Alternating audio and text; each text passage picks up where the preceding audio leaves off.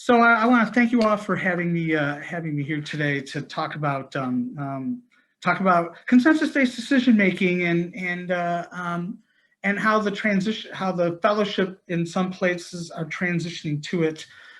So we'll get a chance to see how this can work, and this is a rather big group, and so we'll see how we can manage this session. I'm really delighted to be joined by Dennis from Northern New York and Mark B. from Florida, who can offer their experiences as well with consensus-based decision-making. Mark, of course, will focus on what he did in Florida and the World Service Conference, so I'm really grateful that they're able to join us. So essentially, throughout service, we've always been relying in the United States anyway on Robert's Rules of Order, because that's sort of what we do in our decision making in our Congress and everywhere else in the United States. It's not universal, by the way. As my friend Chris discovered when we were first doing this project, concerns with Robert's Rules of Order, I mean, the real document, if you look at it, it's 860 pages, and only 699 are considered essential, and there's an easy to follow 5-page cheat sheet just in case you need some help, and it sets up lots of rules, requirements, niceties that can be manipulated and slow things down. It can also be divisive. Everyone, I'm sure, has been part of a area or something that where you've got an us versus them sort of mentality, and when it just boils down to it, I mean, the second tradition tells us, that governed by group conscience as it may be expressed by God, and does a simple majority really reflect God's will, or even a 2/3 majority? So the reaction is consensus-based decision making, and I'm hoping that you were all able to enjoy fireworks a couple days ago. I heard them but couldn't see them here in Chicago. I will now turn it over to Dennis. Thank you. Addict named Dennis. So I'm going to touch on what's different about CBDM. Well, CBDM is less about the decision and more about the conscience. Both CBDM and Robert's Rules are processes that we can follow to come to a decision, but they each have different priorities in their approach to making that decision. With Robert's Rules, the focus is on making the decision competitively between pro and con, back and forth, trying to win a pass or fail. You're arguing your point and you're trying to get your point to win. With consensus-based, the focus is on building our decision collaboratively with our voices to move forward together.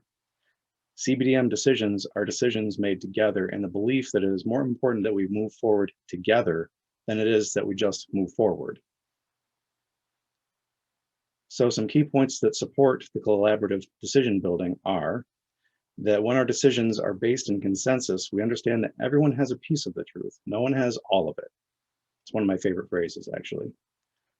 But if everyone has a piece of the truth, or we have to make sure that we hear that truth, so decisions based in consensus give more opportunity for voices to be heard.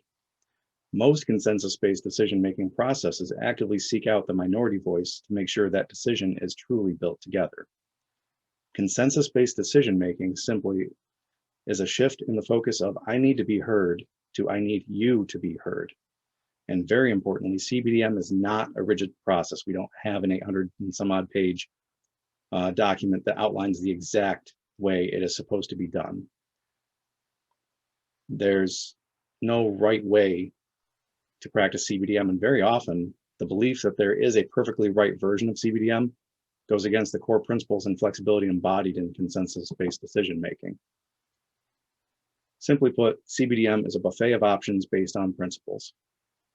So I'm going to turn it back over to Lewis. Thank you, Dennis. So my main experience with consensus-based decision-making is as facilitator of the Chicagoland region. Also, I've been part of that region for many years. And having done consensus-based decision-making for as long as we have, over time, everyone feels a part of the process and learns to trust it. It's easier to accept an unfavorable outcome if you are in a small minority, as I'll explain in a minute.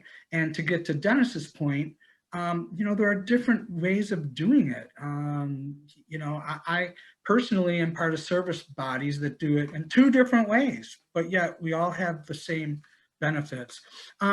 And also there's no need to manipulate the process, no stacking two pros and two cons and Robert's rules and you know, taking advantage of all the other niceties that come up. And a lot of people are concerned that in consensus-based decision-making, it always takes a little more time. Well, not if the decision is easy. If the decision is easy, it comes quick. I know, I'm sure that everyone's been part of a process at an area or something where a motion comes up and everybody knows it's going to be unanimous, but you still have to go through the process of doing it in consensus-based decision-making. You don't need to. Tough decisions may take a little more time, but the final solution is always better when everyone had a voice and all ideas have been considered. In Chicagoland, less than full consensus is rare.